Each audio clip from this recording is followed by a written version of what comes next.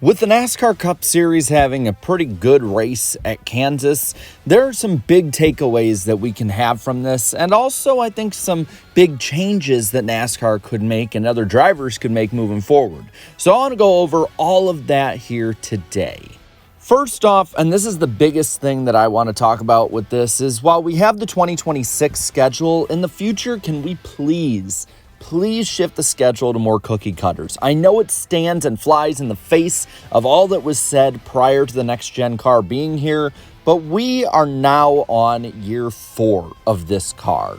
We are now at this point understanding that these mile-and-a-half tracks, the ones like Kansas and Charlotte, are the best racing consistently in NASCAR. They are the best when it comes to side-by-side passing, and while it might not be consistently as great as, say, it was in 22 and 23 and early 24, it still is up there, and NASCAR can make changes to keep it up there.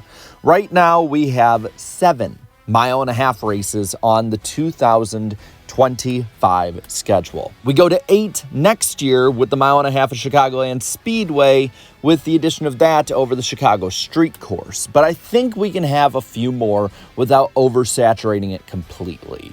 I say the easiest one is what we're going to see next week. The Roval, change it back to the Oval for a few years. I'd say that would be a great change, and if it were on the schedule, a 3-race stretch, especially if we don't have a playoffs like we could not next year, having Las Vegas and Kansas and Charlotte all 3 in a row will be 3 great weeks of racing in a row that would probably bring a lot of NASCAR fans out of whatever kind of depression or negativity they might have after, say, a New Hampshire, a Gateway, or if Bristol isn't good for some reason again. Maybe that could work. An all-star race back at Charlotte for a year or two. I mean, think about it with this car and how much they can get together like they did at the finish of Kansas. The all-star race returns to Charlotte, and it actually delivers with a great product. That would work really well. Now, I'm not for adding a bunch of second dates to tracks that don't have them already. I think Charlotte having the Roval go to the Oval, they already have that date on the schedule. That's not really changing all that much. Chicagoland is an old track being brought back, and I don't think we should add second dates at, say, like Texas or places like that. And I also want to say I don't really have faith in Kentucky popping off and having great racing unless you reconfigure it to more of a Kansas, Charlotte, old Texas style track, maybe like Chicagoland. You'd have to let it age, that's for sure, but I think that if you reconfigure it to a track that is much better at racing for these stock cars, you'd have much better racing. I think that the racing right now at mile-and-a-half tracks actually does a lot of what short tracks should be doing right now. You're getting rivalries, whether through great drivers competing at the track, you're getting contact because this car is very difficult to damage with that kind of contact. You're getting great racing and storylines out of it because of that. And I think having just 2 or 3 more of those wouldn't kill the schedule all that much. You're not replacing a bunch of short tracks. You're maybe replacing a road course or 2 or one other track here or there. I think that you would be able to string more stories together, especially if the short track racing keeps improving like it seemingly has a bit this year. Secondly is that SVG is improving. He finished 10th at Kansas, his first non-road course cup top 10 finish. And I gotta say this, he showed more and more speed. He was a top 15 to top 20 guy. He was racing before the final cautions for 13th place with Ross Chastain, and he's been pretty fast in recent weeks for the most part at traditional ovals. If he could get just 6 non-road course top 10s in the regular season, whether it be at a super speedway, an intermediate, short flat tracks, whatever it might be, and get the equivalent of maybe 15 more points or so for those 6 races, that would be 90 points extra on the year. Where would that put him? Well, that would vault him from 24th in regular season standings to 15th, and a very respectable 15th at that, ahead of a lot of guys that would have qualified for the playoffs this year. Thirdly, I saw nothing really wrong with the finish. I saw a bunch of drivers racing hard for the victory. I don't think that it was necessarily all having to do with playoffs. I don't think it necessarily was all having to do with just bad moves. I just saw the leaders race one another really, really hard. and maybe a little less respectfully than they probably should have if they were all points racing completely with it. But I like seeing guys go out all out for the win, just like they did in the regular season race last year in 2024, just like they've done in a ton of other races in the past couple years, playoffs or not.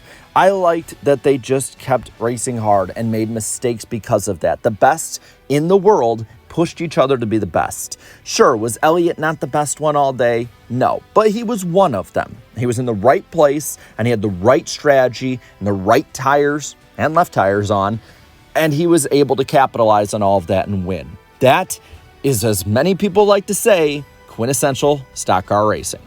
Fourth, and my penultimate point, is that there are two guys out there I see right now that need and deserve better rides than they have. First off, and I've talked about him a lot, Carson Hocevar.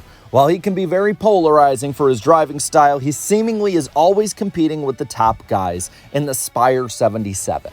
Whether it be Homestead last year, Kansas, Michigan, the 600 of all races, when push comes to shove and the driver is forced to show out, he is up there. He's up there at Bristol. He's up there at other racetracks, whether it be road courses, super speedways, you name it.